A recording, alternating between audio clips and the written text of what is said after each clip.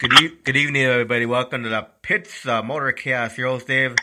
I got along with me special guest, pro gas driver Chris Rea. How you doing, Chris? Good. How you doing, Dave? I'm good. So, Chris, you had a big win over the weekend, huh? Yeah. We had a really nice weekend this past weekend. We went to Arizona for a heritage race, Wild Horse Pass, and was able to get the W. We went number one qualifier and won the race. Came out with the points lead in the Heritage Series for C-Gas. It was a successful weekend. That's good to hear. So so how many events have you ran this year so far? So far, I believe I've run about 5 races, I think it was. I've been racing the Heritage Series races, which started in March at the March meet. And then they had another one here in Sacramento. I forget when that was. And then I also race with an association here called West Coast Pro Gas Association, which is another gas class race and run association. And we've had, I think, 3 races out here on the West Coast so far with them. Won the first race. Halfway through the third race, I ended up breaking the car. Had a drive shaft come apart on me at the launch at the third race, and that was an interesting moment. Luckily, it was at the hit instead of going down the track. Had to fix some of the stuff on the car, get a new drive shaft made, of course, and fix the safety hoop in the transmission tunnel there. Funny thing was after I got all that fixed and had the transmission gone through, Tuesday before we left last week, the car still wasn't together. So I picked the transmission up Tuesday afternoon, put it all together, loaded everything into the trailer, and made our way out to Arizona untested. Wasn't sure if everything was good or if we heard anything else, but apparently not, because we ended up winning that event. Right. So now you got 7-Eleven. I mean, 7-Up on your car. 7-Up a sponsor for you? Yes. Yeah. Actually, the company's called Dr. Pepper Snapple Group. Is who actually sponsors us. That's one of their beverage brands. Is 7-Up.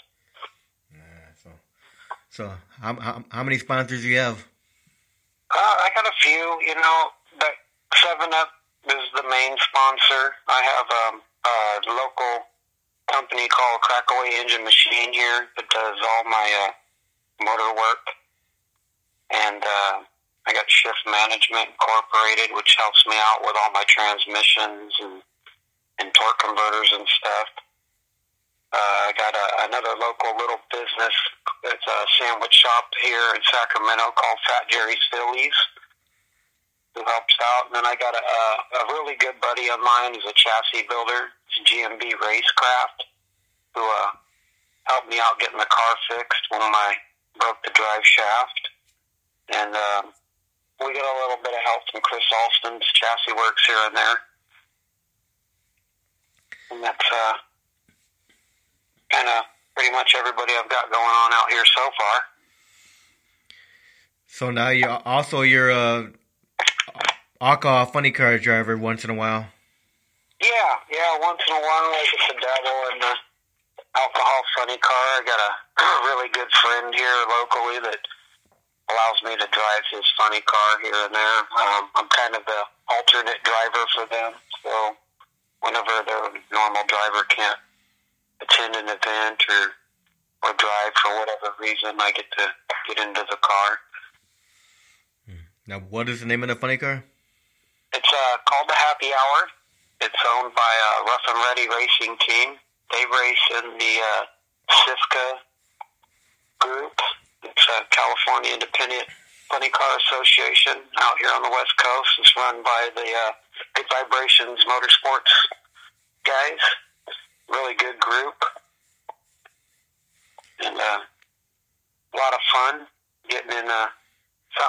quite a bit quicker than the Nova.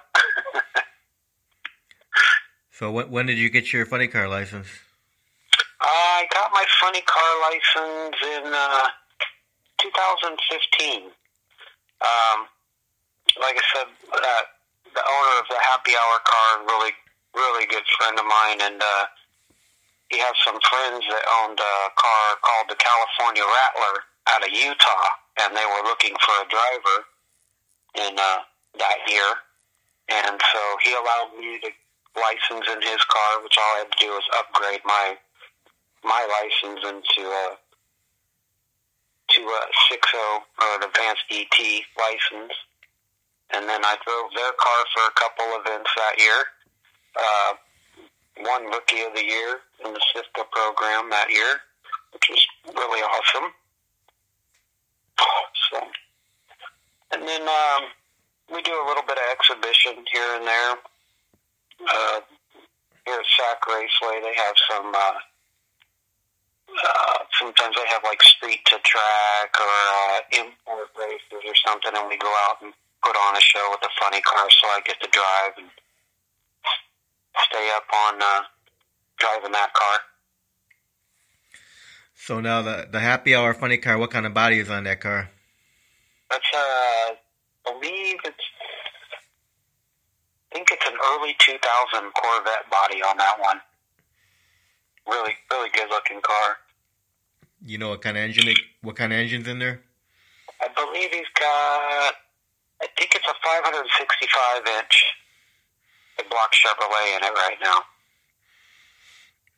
Blown on alcohol. Do you know what the fastest time you've had in that car is? The fastest time in that car, I believe it was somewhere around, the car's probably capable of real low sixes. I think I've been about 690, $190 or so in that one. So now let's go back to your main Pro Gas car. What kind of car is that one? That's a 64 Chevy Nova. It's a low 9-second car. I think my best time in the Nova has been real low, like 90 something, 905, 909 or something, about $147 or so. It's I slow it down now to run the 960 index for C-Gas, which is a non-electronic class. Heads-up racing, no electronics. A really, really fun category to run in. So what kind of tires are you running on? I got the Nova's got some 3315s on it at the moment. It's about the biggest tire I could stuff up under there. So now, Chris, we're gonna kind of go back now. When did drag racing all begin for you? How did it begin? Well, it all began for me. Well, we're going back now. Back in 2002, I started racing the Nova. I attended Frank Hawley's drag racing school when they had it here in Pomona, and got my license there and started racing Nova here on the West Coast. Kind of a funny story on how that all worked out is I ended up, my wife had a partner of hers she used to rent a house from, and he was always into hot rods and building race cars, and he used to work for Chris Olson's Chassis Works and always wanted to have a race car and race it. And the plan was that my wife was going to drive the car, so they had bought that car that we have now. And then Stephanie and I ended up meeting, and she was like, "Hey, I got a race car. You know." I was like, "Really?" So he took me down and introduced me to Daryl, and I started looking at the car, and I was like, "Man, this would be a lot of fun. I'd really like to get into this." And so collectively, between the three of us, we ended up getting it together, and then we went down and attended Frank Hawley's because we were wanting to go to races, but the car ran so fast you needed a competition license. And I ended up getting my license there and coming back home and started racing. Now, did your wife ever start racing too? Yeah, she likes to drive the car. I don't think she really so much wants to race it competition-wise. She just likes to get in it and go fast and have some fun. She doesn't like the whole getting all in the fire suit and in the heat and sitting in the car and waiting for your turn and all that stuff. She just likes to be able to just get in it and go down the track and have a little fun. So now, Chris, when you were young, did your parents take you to watch drag racing? Oh yeah. We always went to drag races when I was a kid. They used to run national events here at my local track, Sacramento Raceway, and we'd always go and watch all the fuelers run and everybody. And it was just always a dream of mine to want to be a race car driver. So now, what drivers were like some of your biggest inspirations out there? Some of the biggest, John Force was one of them. We had like Shirley Muldowney racing out here. Bob Glidden was always a favorite of mine. I always wanted to drive pro stock for some reason. Pro stock was always what I wanted to do, and then until I started getting involved with going to some of the nostalgia races and watching the nostalgia fuel funny cars and fuel drags and fuel altereds is when I was like, maybe I want to do something like that. It's just something about the smell of the nitro and the sound of the engine and the rumble in the ground. It was just drew me to it. And I was always wanting to see what it was like behind the wheel of one of those. So now, if you got a chance to go behind the wheel of a nitro methane funny car dragster, would you do it? Yeah, I would definitely do it.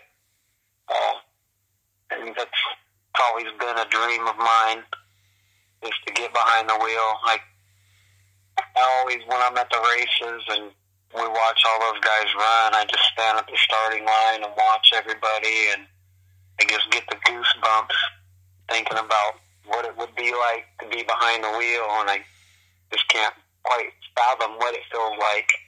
But yeah, I would love to do it, totally. Yeah.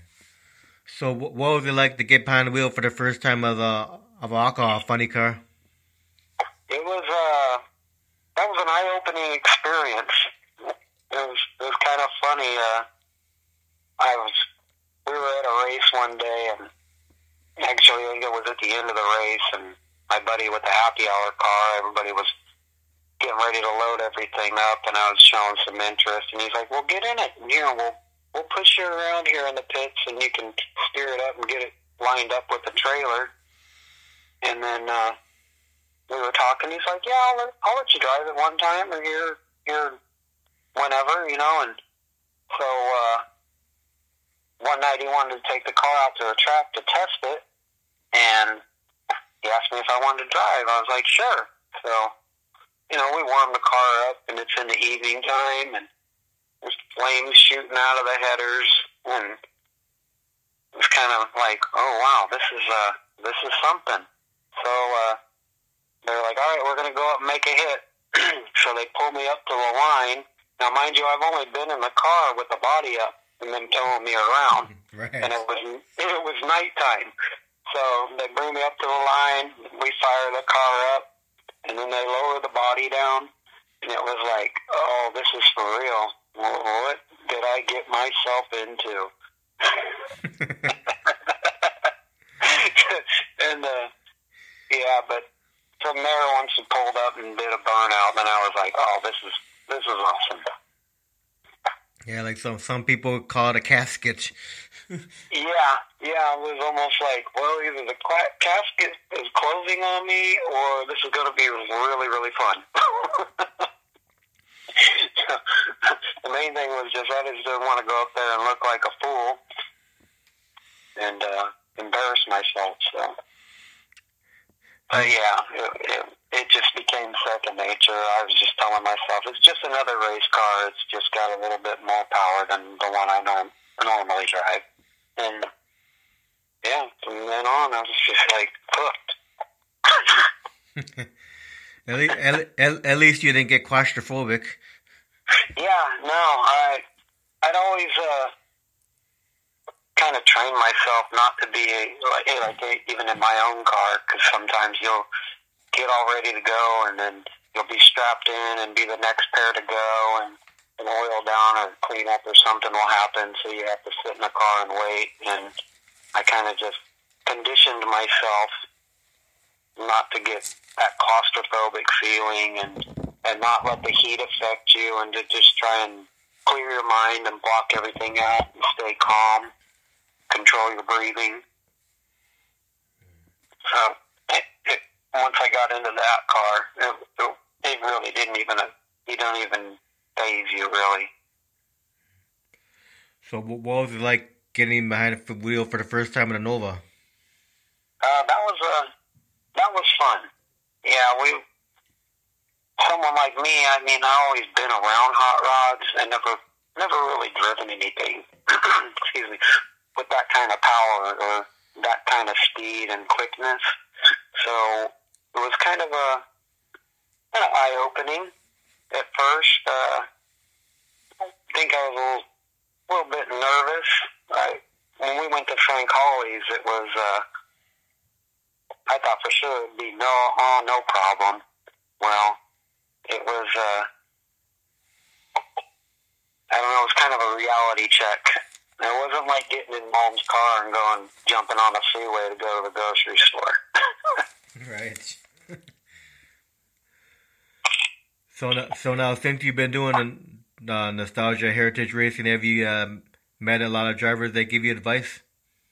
Yeah, I've met a lot of great people since I've been racing, and I've been talking with a bunch of drivers like Michael Halstead, who's a top fuel funny car driver, and nice. Just picking his brain and getting a lot of advice and knowledge about how you're driving them and what it feels like and what to look for, how to react to certain situations, and just all kinds of people out there. Oh yeah, Michael's a great guy. He drives fuel alters. He drives dragster. He just won in that dragster at the March meet, right? Yeah. He won in the rear engine fuel dragster. Yeah, Mike's transmission. Yeah, the Mike's transmission car, which he went back to back. He won the previous year, which was the same year I won the March meet in the Nova, which was really cool. And I think he was also driving the Code Red Fuel Funny car at the same event, and they ended up having some problems with the engine and had to call it quits, unfortunately. But originally he was telling me before the event he was going to be running 3 cars, but they had some kind of that's what I heard. The death or something, or someone got sick or ill. I don't know, but with the fuel altered. I don't know. Yeah, he was going to be a busy man that weekend. I remember that. I can't imagine. It's enough work doing 2 different cars, because I've done that here at Sac Raceway, driving the Alcohol Funny car and then driving the Nova. It was like you get one car, you go and make a pass, and then you have somebody pick you up down at the shutdown area and jam yourself back all the way up to the staging lanes to get back into another car and then make another run. And just round and round and round. It was a lot of work. I couldn't imagine having to do it with 3 cars. But yeah, Mike's he's a heck of a driver. And I look up to him a lot. So now, Chris, currently how many crew members do you have for the Nova, and who are your crew members? Well, currently right now on the Nova, I have my wife, Stephanie, who helps me with anything and everything I need. I do all the tuning and the driving portion of it. Stephanie helps me with everything else. And then I have my Uncle Randy, who's also another crew member. So between the three of us, we're able to do what we need to do with the Nova. So now, when you get ready for a weekend of racing with the Nova, what goes into preparation for you? So preparation for me on the Nova, usually every race I'll change all the fluids. I go through and check the valve train, make sure everything's good, all the bolts are nice and tight.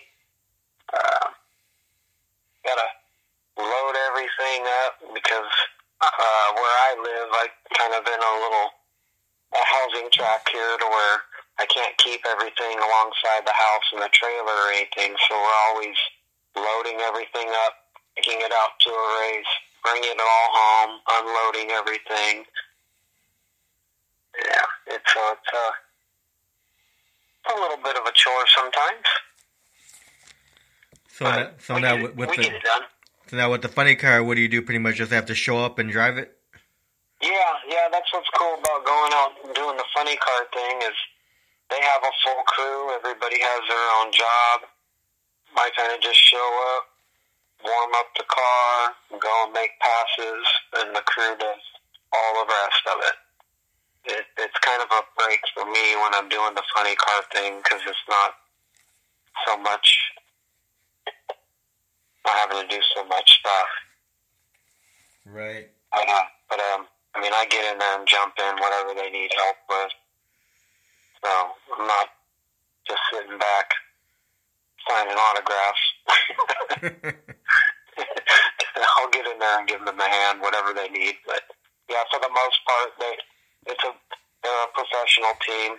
They've got a handful of crew members. Everybody has their own job, so I really don't have to do much. But I enjoy it. I'm a hands-on because on the Nova I do all the maintenance and all the tuning and wrenching and everything on the car as well as drive it. So it's kind of hard for me to go out there with them and just sit there and do nothing. But they're like, no, it's okay. We got it. Everybody's got their own job. Yeah. So now, Chris, what are some of your favorite tracks to run on?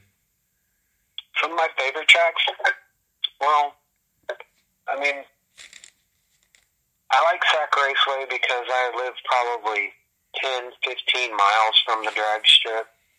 So it's really close. It's convenient to have somewhere right in my backyard.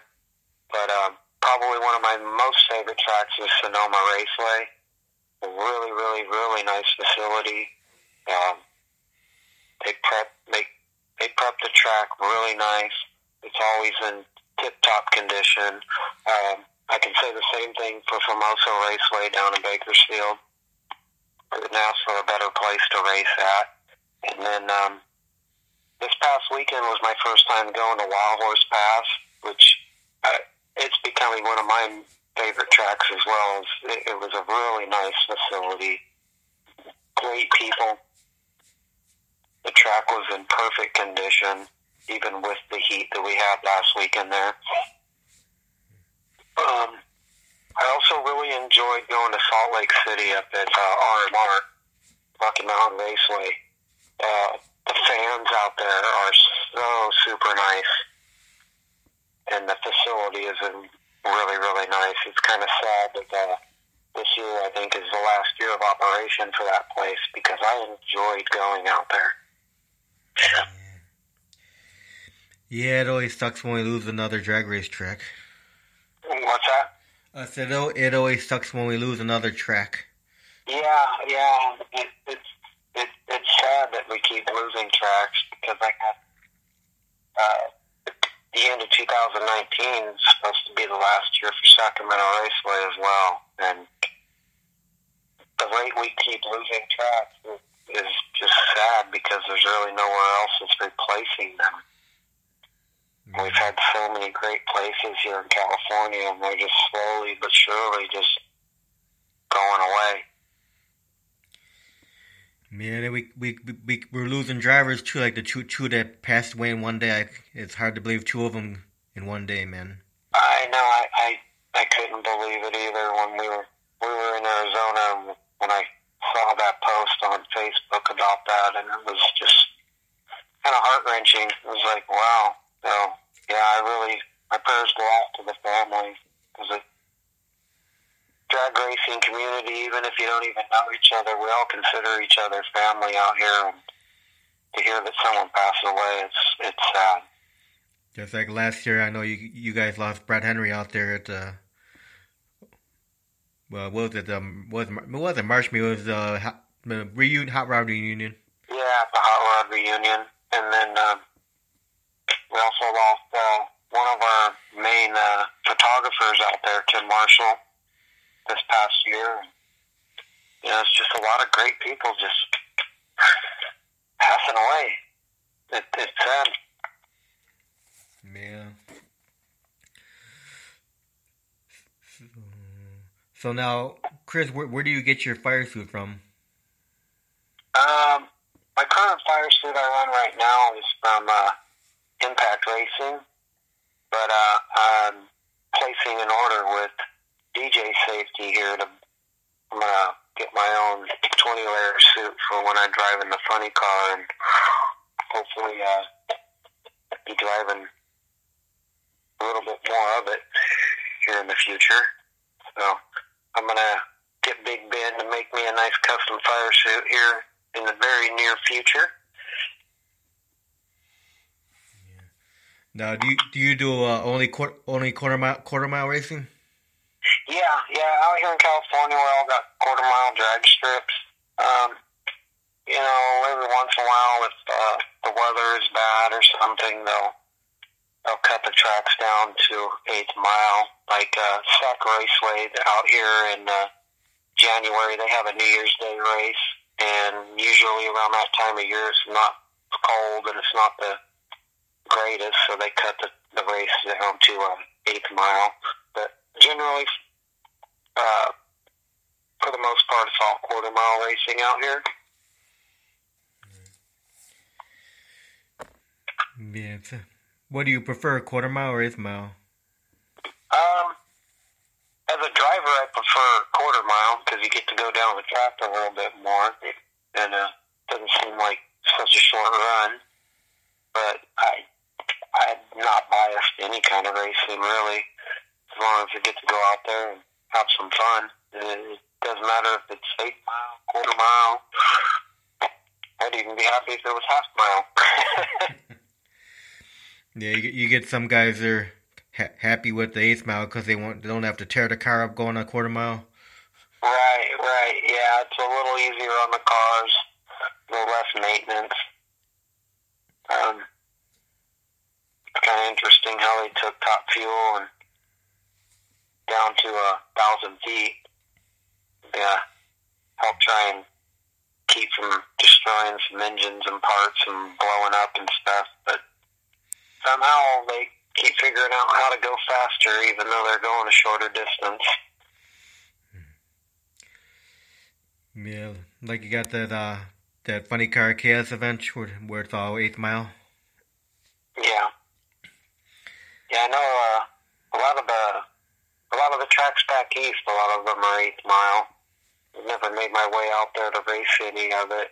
I want to say Kyle Seipel puts on an event called the $1 Million Race, with spring flings and stuff, and I think they only run 8th mile just because a lot of the East Coast drivers come and race with the West Coast drivers, and they run 8th mile, and these guys run quarter mile, so to kind of even up the field in the races, they run an 8th mile race, which I think is kind of cool. Sometimes they run 1,000 foot just to kind of throw everyone off a little bit, you know, kind of make it a little more even. Right. So now, Chris, what would you consider to be some of the milestones of your drag racing career? One of the biggest milestones of my career, I think, was winning my first Wally back in, when was that? That was 2015 when I won my first Wally at a national open. That was one of the biggest milestones. I mean, one of my wife and I's partner, Daryl, that originally had purchased a car for Stephanie to drive. Unfortunately, he passed away about 5 years ago. Was one of his dreams was to win a Wally at a drag race, and I think it was about a year after he passed away, I won my first Wally, and that was one of the most memorable moments, my milestone anyways, was to be able to get that Wally for him. Unfortunately, he wasn't there to see that, but we know he was there with us in spirit. Oh, yeah, he was looking down, smiling. Yeah, I can see him. I picture him in my mind, I see him rolling around, pumping his fist. So that was my most memorable. So now, throughout your drag race career, have you had any accidents or near accidents? I haven't had any accidents per se. I've had some near accidents. I was driving an alcohol altered in Bakersfield at an ANRA event, and the parachutes entangled themselves up underneath the wheelie bar, and the car was just bouncing around left and right all over the track and up on one wheel at one point. Photographers showed me some pictures of it. And that was a kind of a scary moment, and it rattled my brain a little bit the way the car was bouncing around. Also had the hood fly off of the Nova in Reading at a race one time when the Zoot fasteners had come loose in the front of the hood, and the air had picked it up and sucked it off the car. That was kind of an interesting moment there, watching the hood just disappear. But I've been fortunate that I haven't had any collisions with the wall or another car. Yeah, how about Dusty Rose's story last night on Joe Wallace and the Chris Stewart show last night, huh? Man, that was quite the story he was telling there. And, as an aspiring nitro driver myself, I'm thinking, wow, I couldn't imagine that kind of a situation where you're in the car and it's full of smoke and heat and you can't breathe and you're just trying to get out and yeah, and you think don't know what way you're going, don't know if the car's completely stopped. I think he said he was pulling on the brake handle so hard that it broke the top of the brake handle off. Yeah. And then when he finally did reach for his seatbelts and got his seatbelts off and went to jump out the hatch, I guess the car was going like 40 or 50 miles an hour when he jumped out. I just couldn't believe that. And I was like, wow, man. He's really lucky to be alive after an incident like that. Yeah, he was saying he thought he was a goner. Yeah.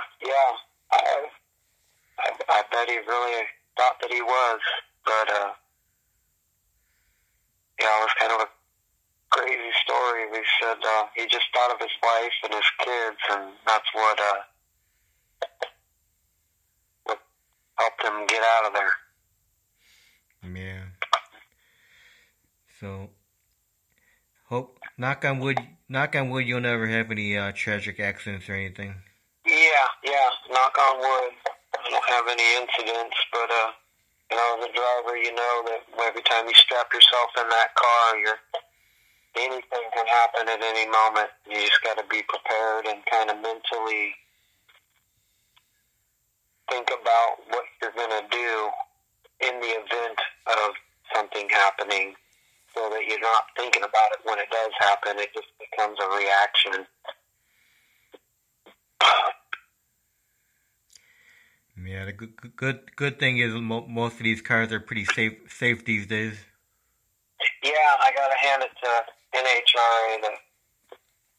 All the safety regulations that they've implemented over time has been really great. From the gear we wear to everything on the car. Like I said, when I broke the drive shaft in my car a few weeks ago, we have safety hoops which help keep it from coming in the car.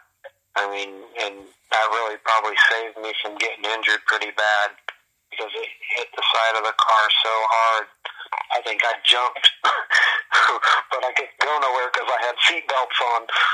But yeah, the safety equipment did its job that day. So I really say that a lot of the safety equipment has helped save a lot of drivers from a lot of just fluke things that you wouldn't even think of happening. Right. Well, Chris, we're gonna do some fun questions before we finish this interview now. Okay. Do you have any hobbies outside of drag racing?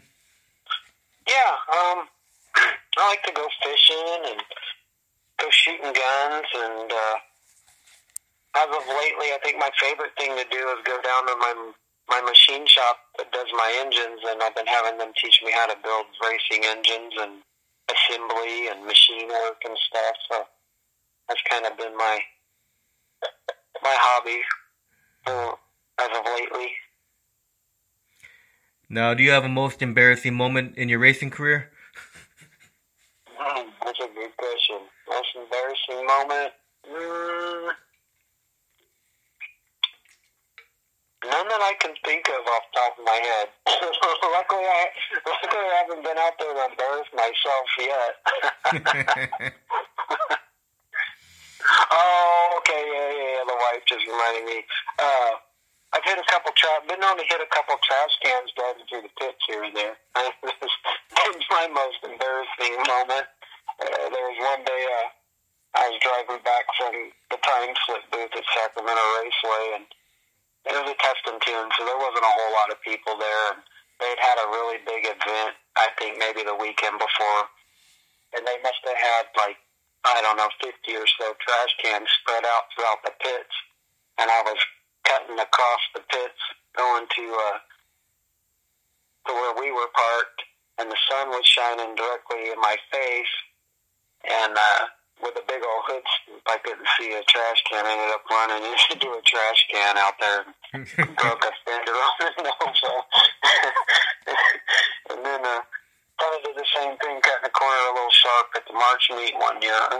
Yeah, maybe it was the March meet, but sent a bunch of trash. That's probably my most embarrassing. We got to keep garbage cans out of your way. Yeah. We got a no trash can with a circle and a line through it sticker on the race car now, because I keep tending to run into them. So now, Chris, with the Nova, since you've been running Nova, do you have a greatest? Has there ever been a greatest competitor for you that's out there?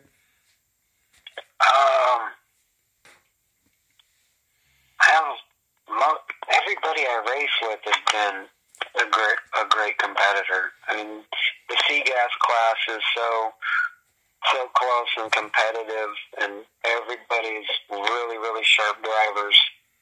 And it's kind of tough to just single out just one because they've all been really, really tough to race with. I think the biggest thing is having to race my friends, because I've got a couple of friends that race the same category as me, and we'll go out and park next to each other and hang out and help each other, and then end up racing each other like first or second round. And that's kind of a bummer because you want to win the race, but you don't want to beat up on your buddy. Right. Well, you know how it is. Your good buddies in the pits, once you get on the starting line, that all changes, though. Yeah. You get up to the water box, and then it's your worst enemy up until we say from burnout to turnout. We hate each other, but as soon as we pull back off the track, now we're best buddies again. So now, do you and your wife have a favorite vacation spot? Yeah, our favorite vacation spot's Maui, Hawaii. We really enjoy going and spending some time on the island. We have some friends that live over there, and we just like to go and visit. I'm on the beach. Nice. So what's Chris Rea's favorite food to eat? My favorite food is Korean barbecue. Really? I love some Korean barbecue. It's funny because we have a local restaurant here called Oz, which is an all-you-can-eat Korean barbecue place, and I could sit there for hours and eat and eat and eat and eat till they want to kick me out of there. So what's be your favorite beverage to drink?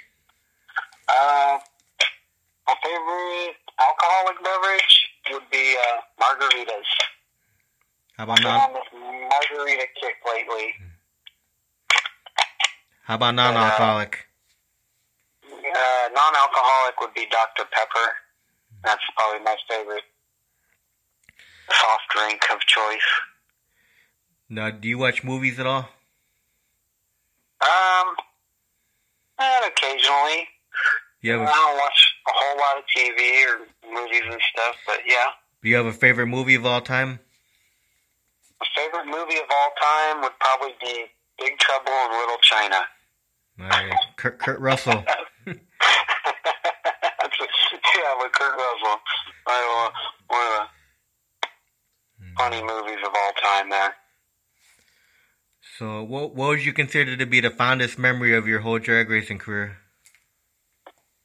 My fondest memory of drag racing was getting to drive the alcohol funny car.